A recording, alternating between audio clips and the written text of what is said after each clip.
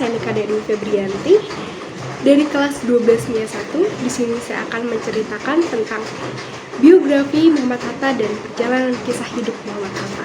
Muhammad Hatta atau yang sering dikenal dengan Bung Hatta adalah sosok penting yang ada di balik proklamasi kemerdekaan Indonesia pada tanggal 17 Agustus 1945. Muhammad Hatta lahir di Bukit Tinggi, Sumatera Barat pada tanggal 12 Agustus 1902. Muhammad Hatta lahir dari pasangan yang berasal dari Minangkabau, yaitu Muhammad Jamil dan Siti Saleha. Ayahnya memiliki keturunan ulama Naqsyabandiyah, Batu Hampat, Sumatera Barat. Di sisi lain, keluarga ibunya adalah pedagang di Bukit Tinggi. Saat Hatta berusia 7 bulan, ayahnya meninggal. Kemudian ibunya menikah lagi dengan pedagang asal Palembang yang bernama Agus Hajining. Bung Hatta mengawali pendidikannya di sekolah swasta dan sekolah rakyat yang ada di Bukit Tinggi. Setelah 3 tahun, ia pindah ke sekolah khusus orang-orang berkulit putih, yaitu Europe's Leisure School atau ALS di Bukit Tinggi. Hatta kemudian melanjutkan pendidikan menengahnya di Mir Uyghur Gebret Leisure Orderwitz atau MULO. Sebenarnya, Hatta lulus ujian masuk ke HBS yang setingkat dengan SMA saat usianya masih 13 tahun. Namun, ia tidak melanjutkan niatnya untuk bersekolah di Batavia karena ibunya tidak mengizinkan. Hatta memiliki 3 anak yang bernama Meutia Hatta, Gemala Hatta, dan Halida Hatta.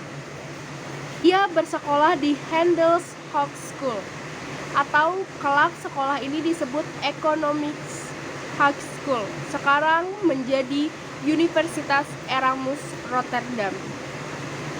Selama bersekolah di sana, ia masuk organisasi sosial yang kemudian menjadi organisasi politik dengan adanya pengaruh Ki Hajar Dewantara, Cipto Mangunkusumo, dan Douwe Dekker. Pada tahun 1926, ia menjadi pimpinan Perhimpunan Indonesia. Sebagai akibatnya, ia terlambat menyelesaikan studi. Di bawah kepemimpinannya, PI mendapatkan perubahan. Perhimpunan ini lebih banyak memperhatikan perkembangan pergerakan di Indonesia dengan memberikan banyak komentar dan banyak ulasan di masa Indonesia.